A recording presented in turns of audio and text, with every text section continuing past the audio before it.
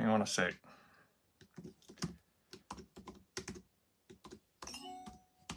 Put it on silent and get rid of all those notifications. Alrighty, my friends. Hello. Welcome. Here we are. Today's date, the 10th of January 2024. I'm getting better at saying the year date. This is Chat with Matt. Half an hour or so to talk about whatever you might be interested in. Hopefully we're in the Bright Light, whatever it's called, Bright Light Beings Facebook group. I almost said the client attraction process.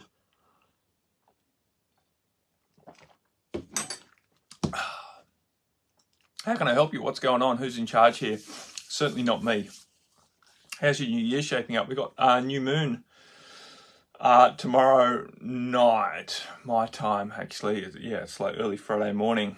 I think it pretty much happens for everyone in the world. New moon on Friday the, what was the 11th?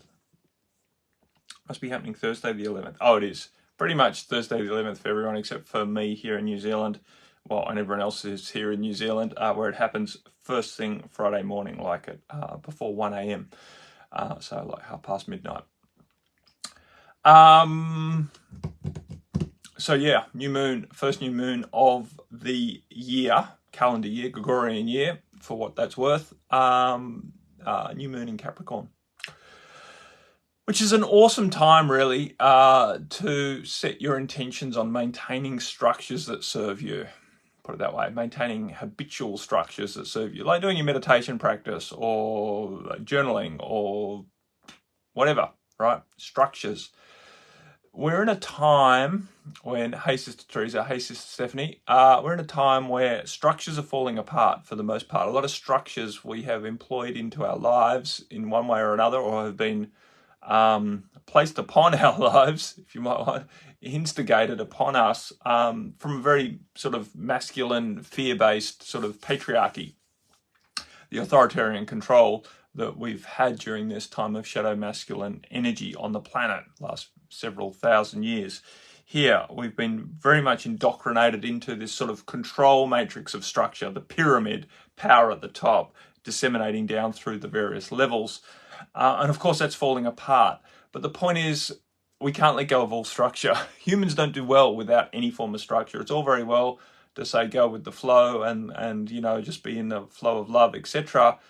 But we still function primarily from a place of logic and sequence, and we're still very much indoctrinated into the linearity of time. Things happen sequentially, one thing after the other. We build on, we climb stairs one at a time, etc., etc. So structure definitely still has and will have for quite many generations, in my opinion, a place in our society. The point is to let go of some of the fear-based authoritarian structure, disciplinary structure, hierarchical structure, and bring in some more heart-based structure. That's the point. Hello, Sister Teresa. Yes, the world is changing and lots of structures are losing their pull. I think we need to create new structures that are more flexible. Exactly, right? There's no reason why structures cannot be flexible structures.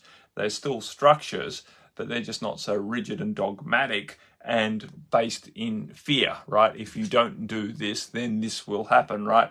Consequence that's fear-based, as opposed to recognizing the purpose of structure and making it a love-based activity. Hey, Sister Jill.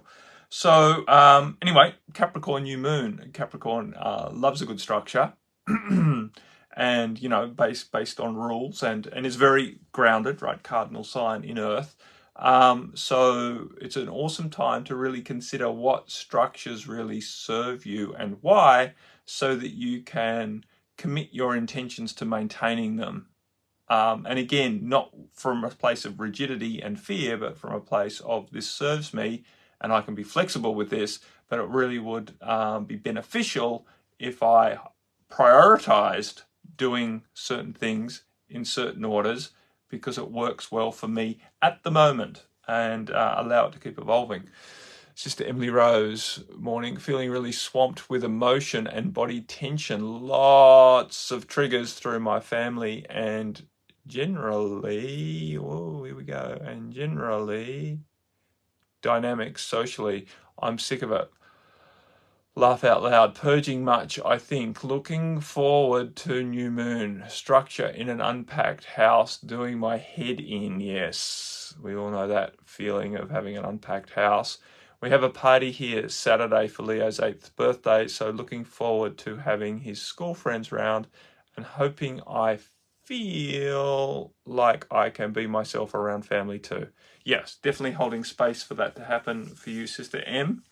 Holding space at the new moon can really invoke an opportunity for you to create some structure in your home.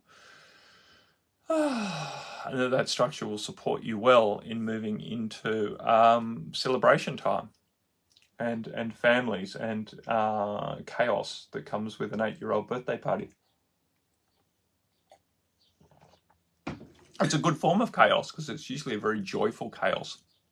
But it's chaos nonetheless. Chaos isn't bad, you know. Chaos can be incredibly, what's the right word?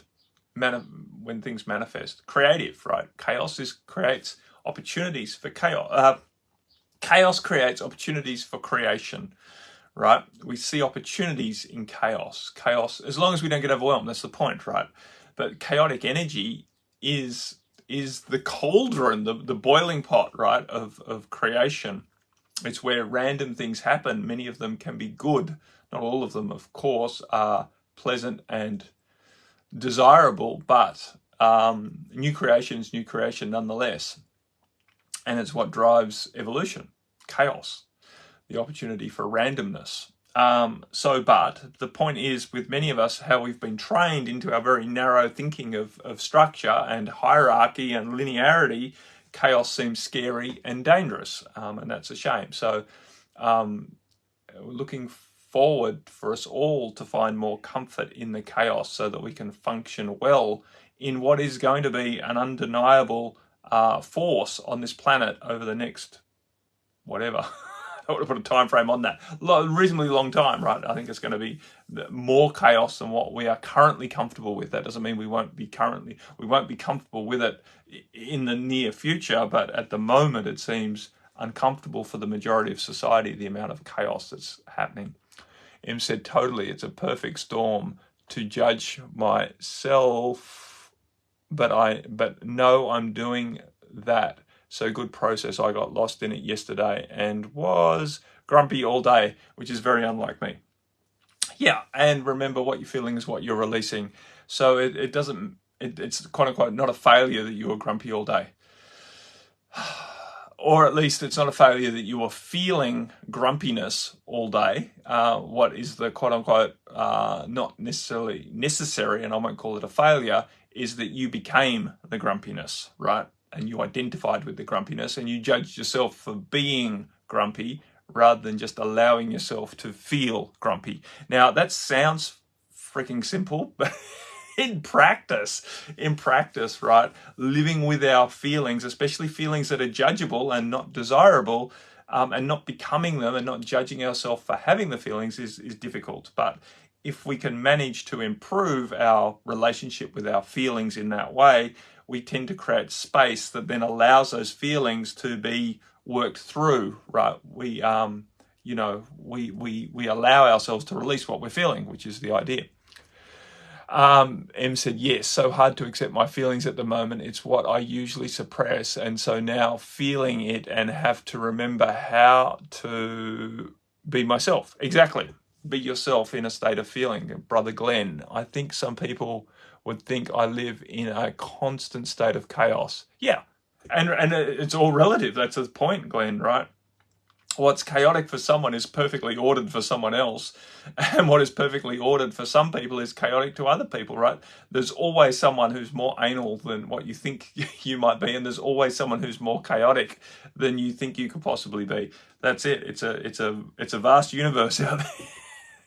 There's no end point to chaos and there's no end point to order. They are both continuums, and everything is just a relative point. And it's the same with everything else that we tend to in our general life. We tend to make these statements like they're absolute. Oh, that's chaotic, right? We label it as chaos, right? But But of course, there's things that are more chaotic and there's things that are less chaotic. It's just, where do we draw the line in applying a label to something as either chaotic or ordered?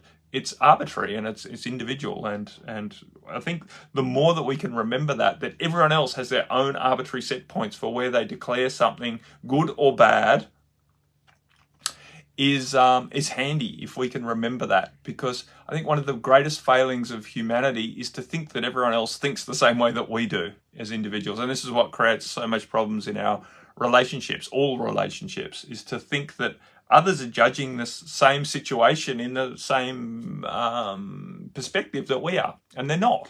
No one is. You have a absolutely uniquely individual perspective of the world, and that's awesome. That's what makes this world so strong, is that we have diversity within the perspectives that people are holding. But it also makes it incredibly difficult for our linear, logically trained mind to relate to one another, to hold space for them to be seeing things in different ways to us and still appreciate that and not feel threatened by the fact that they don't understand. So many people say, oh, but they don't understand me. Of course they don't. No one understands you. You don't even understand yourself most of the time. I'm not just talking to Glenn, by the way. I'm talking to everyone. I'm talking to myself more than anything. We don't understand ourselves. So how do we think we should be able to understand others? And then when we think that it's dangerous that we don't understand them, of course, because if we don't understand them, then we can't predict what they're going to do. And that's the main thing. We want to be able to predict what other people are going to do, because that will help us feel safe, right? That'll help us avoid problems and pain, which is we're very keen to do, to avoid this problems and pain and challenges to our survival.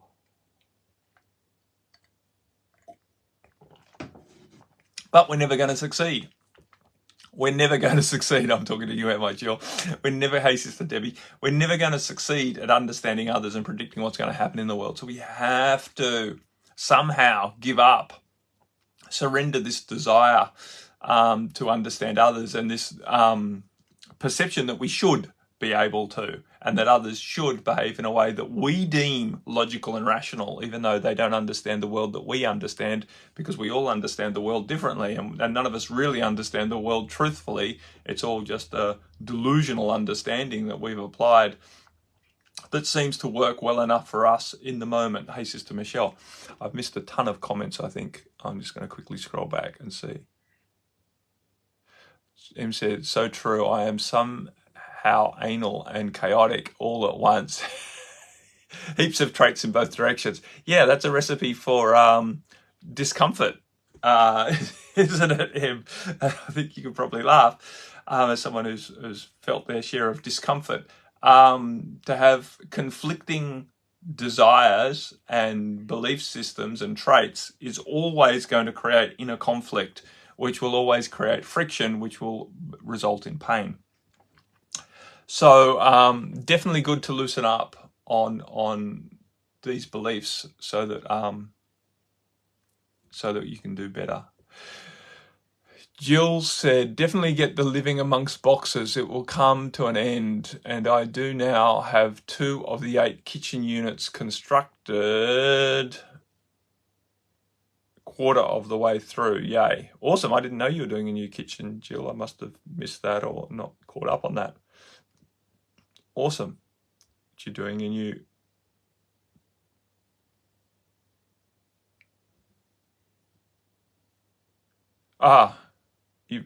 You posted, Jill said she posted something on the thing. I will go and have a quick look. Sliding down here. Em said, yep, helps to accept what happens socially. It's all within us, I suppose, and I live that. Yes, exactly, Em. Our external world is generally a mirror of our internal state of being. Chaos inside results in chaos outside. So what do I need to do? I need to refresh this to see what Jill has written down here on my invitation. There's me. I don't need to look at that. And there's Doug's comment, which is the normal one from Doug, espousing the virtues of permaculture. If you can read his lingo.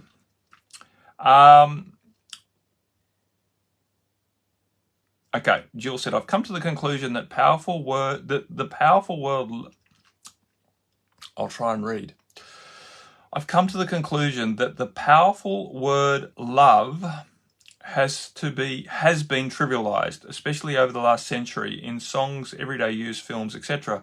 Devon, where I now live, often greets people they don't know with "Hello, my love," or "Hello, my lover," which surprised me at first, but I'm used to it now. That feels good.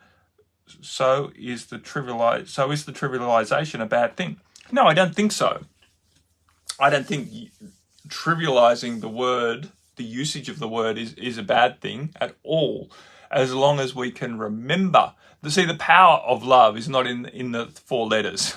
Right? It's not in the word, and it's not even in how we use the word. It's in the vibration and whether we assume and utilize the vibration in our everyday life, right? Whether we live from the vibration of love. That's where the power of love is, right? As opposed to the power of love being in the expression of the word. You hear stories all the time, people who are scared to, and I guess I've had experience of this as well, to use the word because it comes with a connotation that it's important. If you say you love someone, then somehow that's seen as a big commitment, right, in a relationship.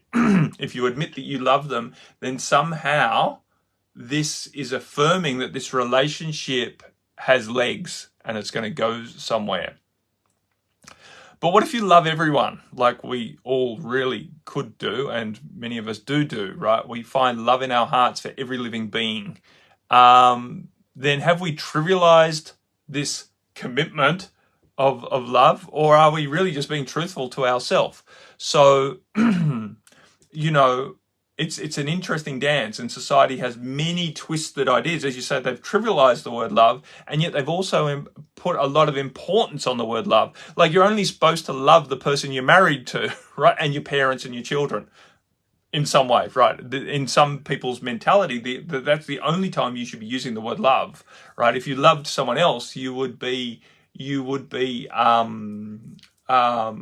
adulterous almost, right? You would be, what's the word when you betraying other people in your love, right? To other people in your life, you'd be betraying other people in your life if you said you loved someone else. Like the idea that love is a single-pointed desire on one particular form of something, person or other thing, which is crazy. It's crazy use of the word, although I get it, right? There is, and I get why they use the word, because what else do they use? For this single-pointed desire that you've placed someone in a hierarchy again as the pinnacle of your focus to express your love towards.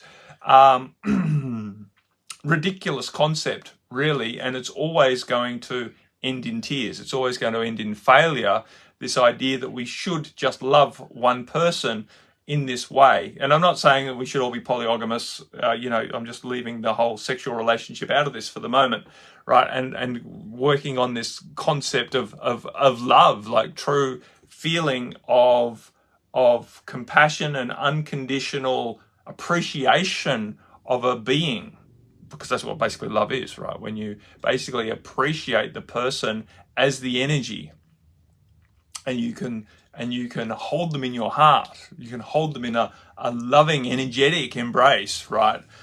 Because you appreciate them and you recognize their contribution to you and to the all. And so you recognize this love for them and this love between you, and you can express it. But, right, we live in a society where if you say the wrong thing in the wrong way to the wrong people, then you're seen as whatever, wrong, quote unquote. Jill said also, I made a new friend on Saturday and today we chatted and she says she feels I am part of her tribe and she is excited that we can be together again. I'm excited now too. Yeah, and it's an interesting concept, isn't it? This idea of part of your tribe. Like there's some exclusivity to the people who come into our tribe,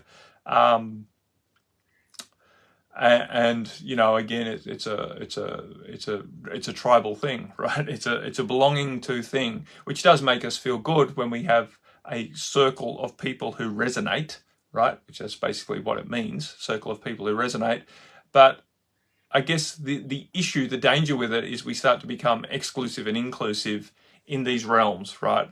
And humans are great at doing this, creating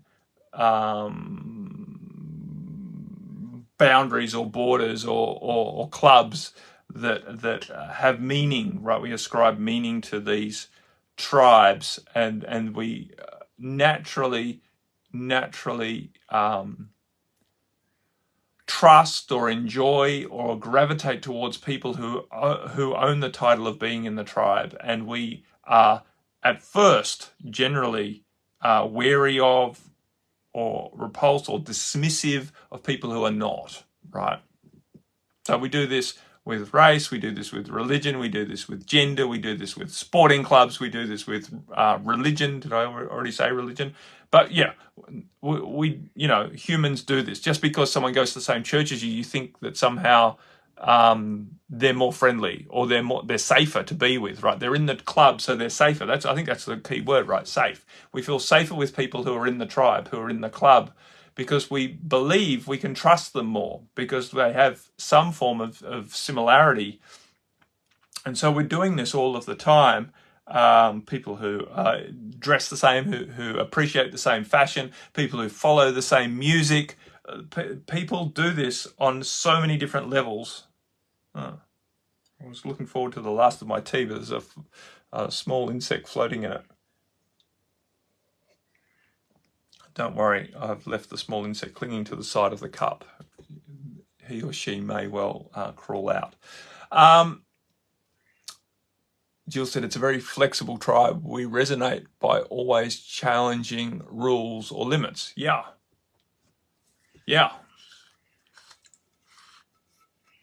But it's interesting nonetheless, right? That these generalizations we have around belonging to and feeling safe with someone. I get it, right? We feel safe with someone because they resonate. I think in general it's good to feel safe with people.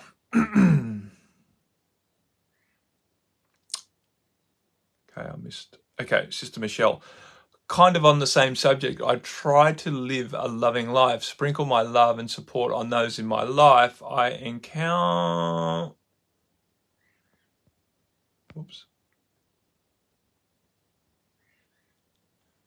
I encounter getting used and take it for granted a lot.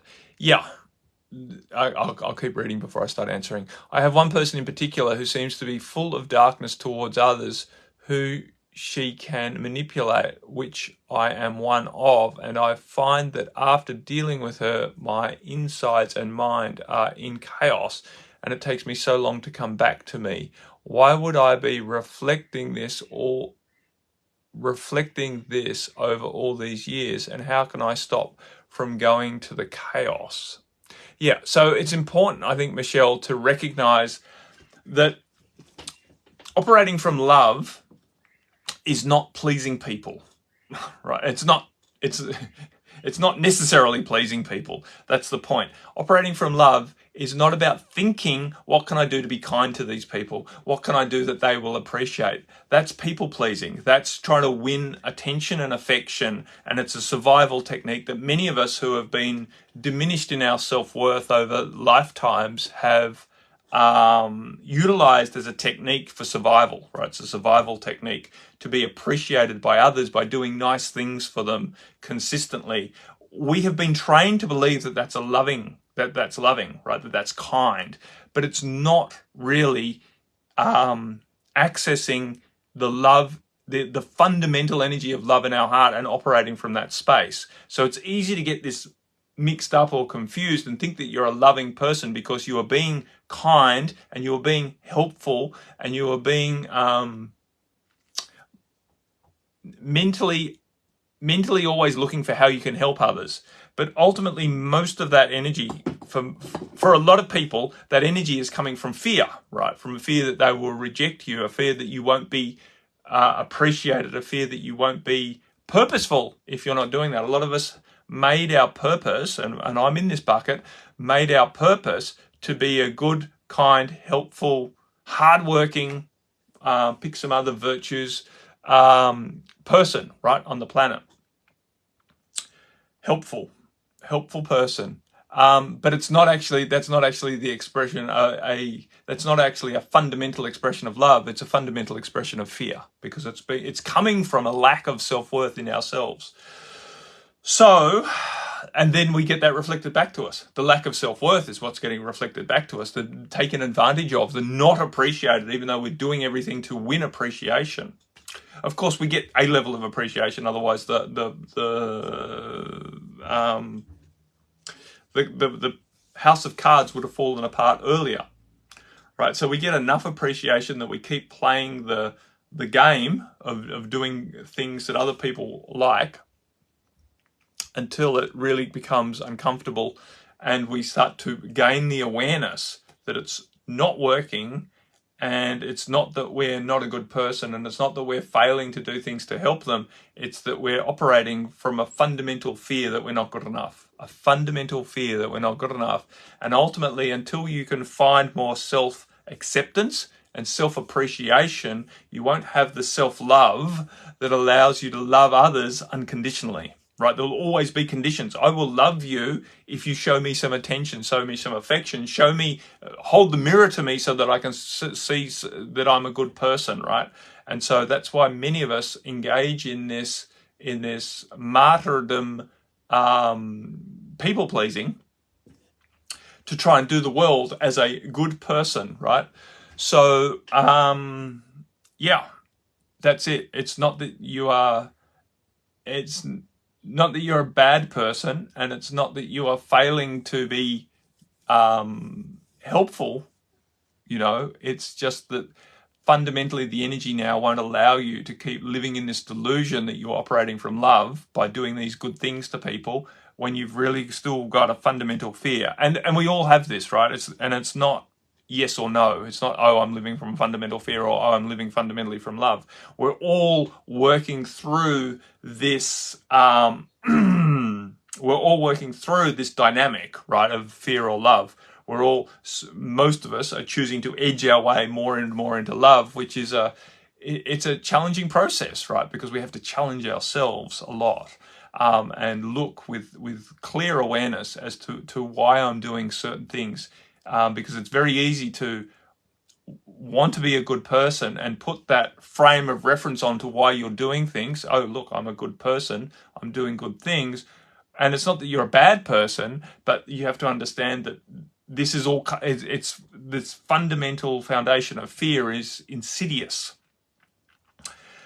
So, and many, religious people would say that if we don't fear in this way, then we'll all be bad, right? And that's why they fear God-fearing people, because they believe that fear is the only way to keep us in line. The only way to keep us doing the right thing is for fear of the retribution of not doing the right thing. But it's bollocks, in my opinion. And as we move into true love, right, love for ourselves and love for others, we fundamentally feel a massive joy in doing things for others. We're not doing it to win their appreciation. It just feels joyful in the doing, right? We're not doing it to get the reward of their appreciation or their acceptance or whatever, their exchange, right? If you scratch my back, I'll scratch yours. If I love you, will you love me? Quote unquote. But it's a process, right? And it's not yes or no, and it's not on or off, and it's not pass or fail. It's a gradual process of, and when you're on it, just like all of us, of moving towards it. And the more that we have awareness that this dynamic is playing out, then the more that we can let go of expecting other people to appreciate us, especially if this habitual give and take, right? People who are big givers, for whatever reason, wherever they're a big giver, whether they're a big giver from love or a big giver from fear, always will attract takers, people to take the energy that you're freely giving. And that's fine, as long as you are not expecting them to give back to you, because when you're in fear, then you're also in lack. And so when you're lacking self-worth, you are giving to others with the hope that they will give you some worth back. They will appreciate you, which will make you feel worthy, right? And so once you have your own self-worth and you don't need others to give back to you, then you can love in a way that is unconditional, because there's no longer this condition that they will pay you back for what you are giving them with love. And funnily enough, when you think, oh, now I'm set up to be abused by everyone's just going to come and take from me, you recognize how they are giving back to you. You recognize how they are giving back to you, but not in the way that you once expected. And that's the interesting thing, how you're still attracting takers, but in their taking, they are enriching your life and you feel grateful for the fact that they're in your life. It's no longer resentful that they're not giving back to you, and you can see the worth in having them there, and the relationship opens up and blossoms because now you are not expecting anything from them, so you get everything from them. You're not expecting anything from them, so you get everything from them, which is true relationship, right? You're relating to them in a moment. And that's why we're here on the planet. We're not here to balance things out and to equate things. We're here to have experiences that are valuable. And as a big giver, when you move into true love and out of this conditionality, then in opening yourself up and giving energy freely, you attract people who you relate to. Not necessarily as equals. Yeah, we are equals, but coming from different places, they might be still in their fear, but you can relate to them in a way that feels nurturing in the relationship, in the connection of souls, right? Not necessarily in the connection of personalities. It's a fascinating journey, to be honest, and one that we're all on. And the more that we can maintain open eyes and recognize what's driving us and be aware of somewhat of our past crap that's influencing how we interact, then the better off we are, right? Awareness is key. Okay, my friends, it's 9:34, so I've done my 30 minutes and I'm going to try and keep that. Em said that's a pretty good summary of people-pleasing creation. Exactly. You are very welcome. Hopefully I answered the questions. And I'm going to draw this to a conclusion because I'm trying to, one of my resolutions structure is to keep these closer to 30 minutes rather than 45. So much love, my friends. I'm dancing with the idea of doing a full moon call, new moon call. It's at midnight tomorrow night, my time. You are very welcome, Teresa and Michelle. But I'm not sure. I don't feel absolutely drawn to it. So we will see if it comes or if it doesn't come. But either way, if I do a call, then you're welcome to join it. If I don't do a call, then just utilize this Capricorn new moon to really dig a little deeper into what structures you would like to utilize as we move forward. It doesn't necessarily be for the year, but it's a good time to set intention for utilizing structures in a way that's going to serve you moving forward, right? Do your practices. Much love. Namaste. Speak to you again soon. Bye for now.